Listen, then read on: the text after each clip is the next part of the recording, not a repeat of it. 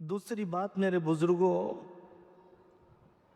چونکہ ہمارے ملک میں رواج ہے آج کی رات میں معراج کے واقعے کے تذکرے کا، اور حضرت رسول اللہ صلی اللہ علیہ وسلم کو بہت ہی اعلیٰ کمال جو اللہ نے عطا فرمایا اس کے تذکرے کا، عقیدت کے بڑھانے کا، مادیت کے خول سے نکالنے کا، ایمان کے گرمانے کا، تو معراج سے متعلق ایک دو باتیں عرض کی جاتی ہے۔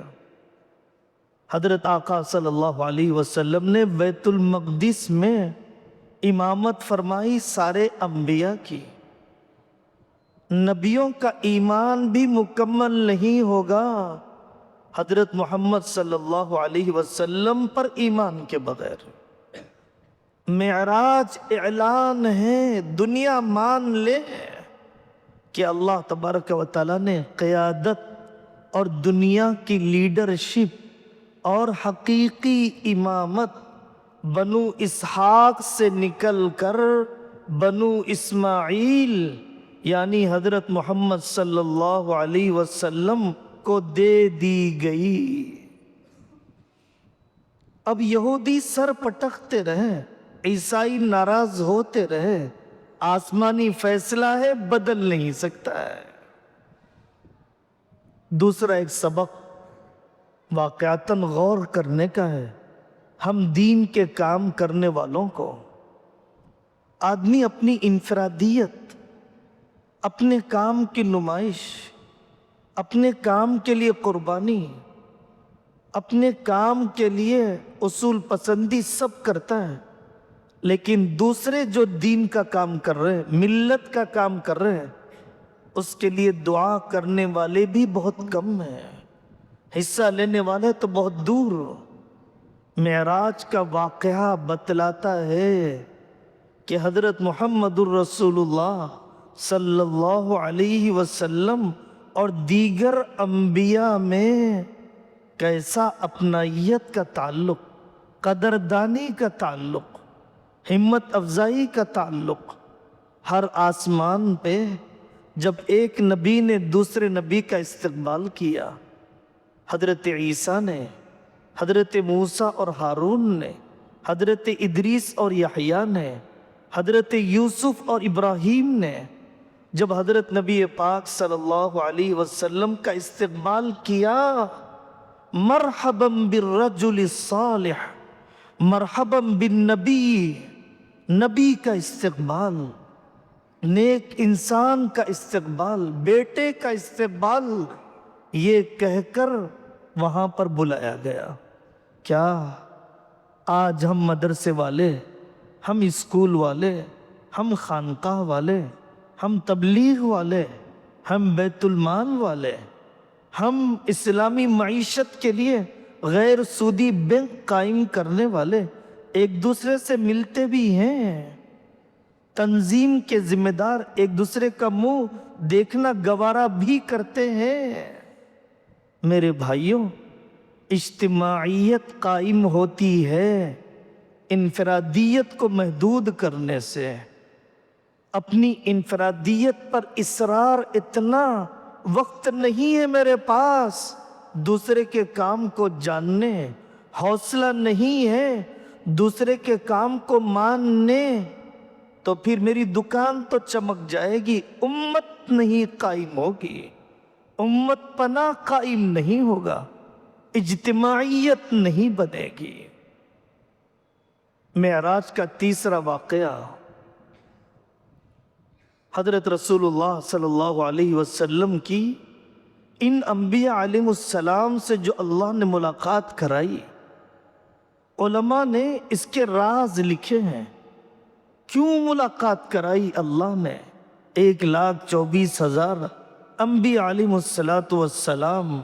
مختلف روایتوں کے مطابق انہی انبیاء علیہ السلام سے کیوں؟ سبق لینے کے لیے، عبرت لینے کے لیے۔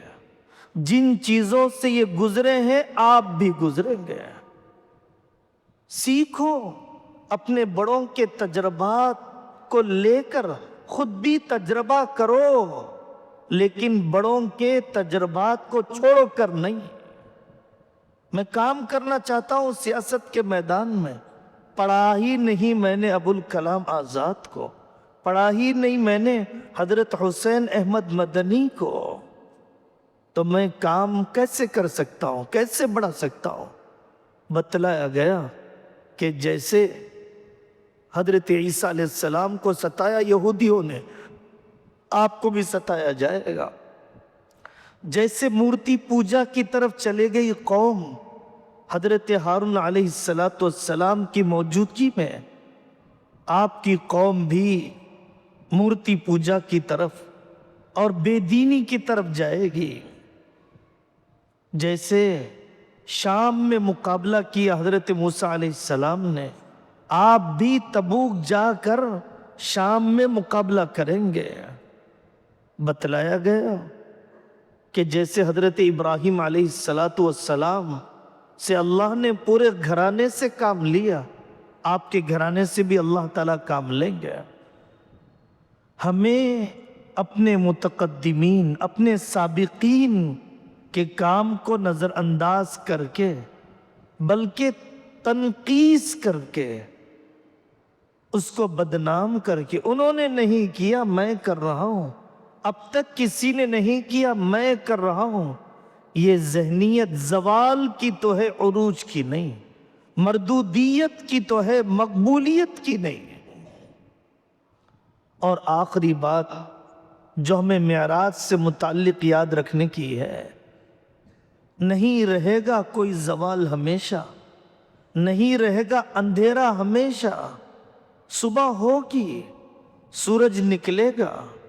حضرت آقا صلی اللہ علیہ وسلم پتھر کھائے طائف کے، انتقال ہوا ابو طالب کا، انتہائی غم گسار، جان نثار، لٹانے والی بیوی حضرت خدیجہ الکبریٰ رضی اللہ عنہا۔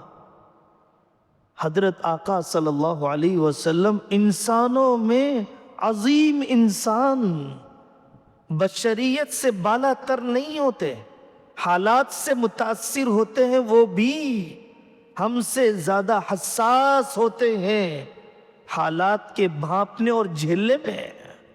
کوئی پتھر دل نہیں ہوتے انبیاء علیہ السلام۔ اللہ جل جلالہ امن والوں نے ڈھارس بندی ہے معراج کا سفر کروا کر۔ امت کا عروج بھی ہوگا، سیاسی عروج بھی ہوگا، قومی عروج بھی ہوگا، اپنے حصے کی محنت تو کریں، جھانک کے اپنے اندر بھی، پورا الزام نہ ڈالیں حکومتوں پر، پورا الزام نہ ڈالیں بننے والے غلط قانونوں پر، خود احتسابی کی ضرورت ہے۔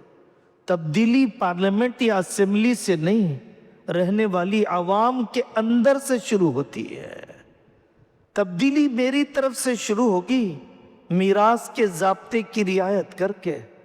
تبدیلی میری طرف سے شروع ہوگی، طلاق کے بارے میں صحیح معلومات لے کر۔ تبدیلی میری طرف سے شروع ہوگی، ڈاکومنٹس کی درستگی کر کے۔ تبدیلی میری طرف سے شروع ہوگی، معاشرے کے تعمیر کرنے کے لیے ضروری کاموں کا بوجھ اٹھا کر۔ تو پھر تبدیلی اوپر بھی آئے گی جوڈیشل سسٹم میں، جب کوئی چڑھے گا ہی نہیں عدالت کی سیڑھیاں، جب کوئی ظلم ہی نہیں کرے گا ایک سے زائد نکاح کر کے، جب کوئی غلط نمونے آئیں گے ہی نہیں جہیز کے مطالبے کے لیے، جب قتل ہوں گے ہی نہیں بیٹیوں کے، تو ڈوری کیس کیوں بنے گا؟ خود احتسابی کی ضرورت ہے اور امید ہونے کی ضرورت ہے، اپنے حصے کی کوششوں اور کام کے بوجھ کے اٹھانے کی ضرورت ہے۔ اللہ تعالیٰ مجھے اور آپ کو عمل کرنے کی توفیق عطا فرمائے۔ وآخر دعوانا ان الحمدللہ رب العالمین۔